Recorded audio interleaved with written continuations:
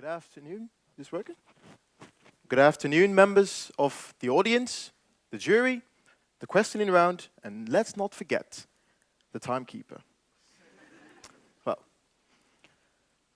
I know something about each and every one of you that's in the audience today. I'm fairly sure all of you have a mobile phone in your pockets. You, sir, might have read your weekend newspaper on your tablet. And perhaps you, madam, have already given a few thumbs up on your Facebook account this morning.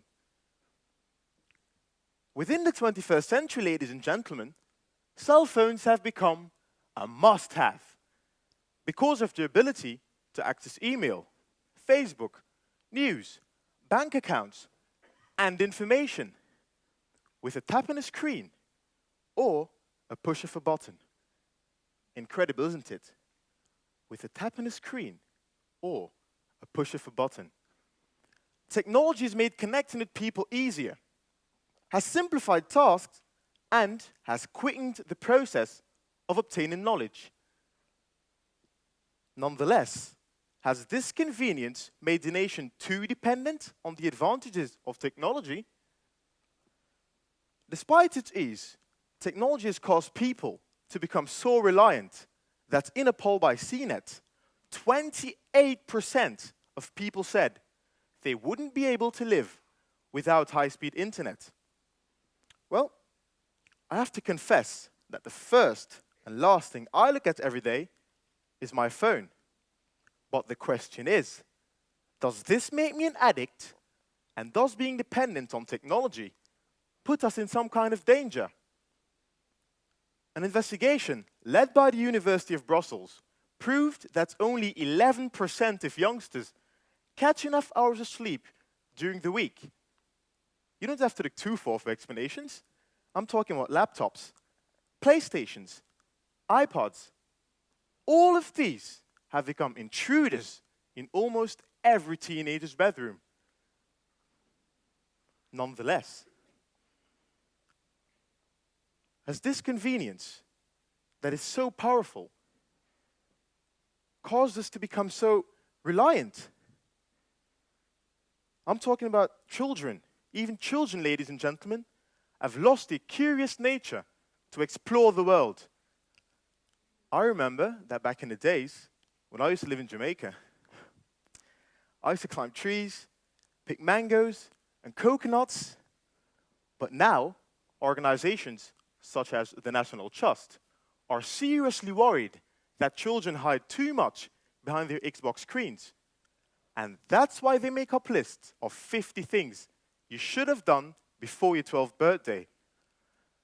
How could it have come so far that we have to tell children to go and climb a tree, to roll off a hill, or even just to throw snowballs? Also, for most adults, doing their jobs without technology seems impossible. How many times haven't you heard, "I can't do any work because my email is down," or "I might as well go home because the network isn't working"? Have we forgotten how to use old-fashioned paper, or even just to take a walk down the hall? Though technology has allowed us to improve and modify traditional tasks, it has also clouded our awareness of the dependency we have on it. Like with all addictions, awareness is the first step. Does all this mean that we have to go back to the time when Native Americans used smoke signals? I mean, come on. Of course not. This addiction to technology has even led psychiatrists to invent a new name for this crave to always be texting, emailing, or checking out social media sites.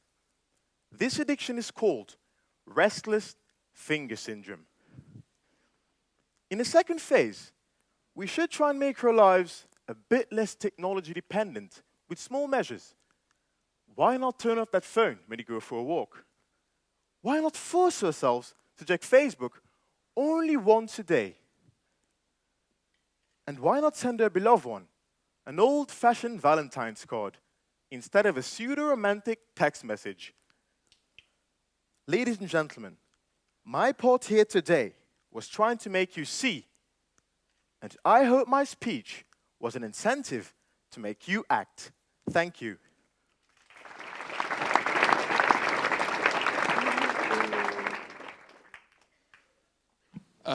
One new form of technology is virtual reality, also in gaming. Should we be concerned? That's a very good question, and we should be concerned. Why? Because I have read an article not so long ago about Google Glasses, that you can walk around in a virtual world. And I think it's a very bad image on society, because with these glasses, you don't have a realistic view anymore on the real world. And I think it's negative for people to wear these glasses everywhere, on the streets, at home. They can wear it at home, but on the streets, and I think it's a dangerous form of technology. Thank you. Do you practice what you preach? If I practice it, well, actually I do. You know, not so long ago I lost my phone, and I had to do without my phone for what, a week or two, and I found it really sad. I missed my phone, and that's not normal that you should miss technology. But what I did is go outside and discover the world. I went outside and I saw different things instead of always being behind my phone, and that was great. I experienced a great time, but now I got a new phone. I got a new phone, and I'm back to it. But yes, I'm just trying to make you see it. Thank you. I would argue that you exaggerate the problem. Yes. Because if 28% can't live without the internet, you still have 72% who can live without the internet. Of course. So what's your comment on that? My comment on that is that now it's 28%. But what is it going to be in 20 years? Maybe 48%. In 50 years, maybe 62%. It's always going to have a bigger impact on people in the future. Yes, in your speech you talked about children spending too much time inside, that they don't want to go outside. Don't you think that maybe it's possible they do want to explore the world, but their parents think it's too dangerous? No, that's not the essence. Actually, children want to go outside, just like I said, but there's this thing called dopamine, and it releases from your brain, and it makes you want to always be behind technology. It gives you satisfaction from technology. It's like it releases from your brain in a few ways, but in this case, we're talking about the addiction. And what it does, when you have sex or eat, your body tells you that it's good, because it's a good thing for your body to survive as a human race. It's a good thing. And video games nowadays have dopamine in it, and it has the same effect on kids that always want to. It gives them a good satisfaction to play, and they always want to have this good satisfaction, and that's why they do it. So that's why kids play inside and rather than going outside. Yes. Who are we to tell children to go climb a tree if they're happy to play their Xbox or PlayStation? Who are we? We are older than children, so we have life experience. We have life experience, and we know what is good and what is bad. Okay, I'm not saying that climbing a tree is always good. You can always fall and break your neck and die, but that's not the thing. The thing is, you have to go outside and discover it, because some kids never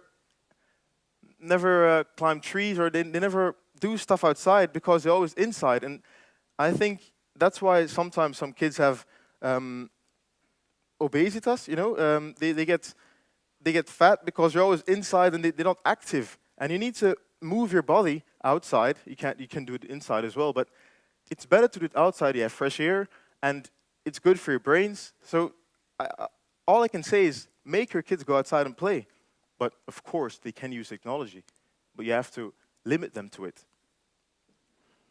Thank you very much, Mr. Fearon. Okay.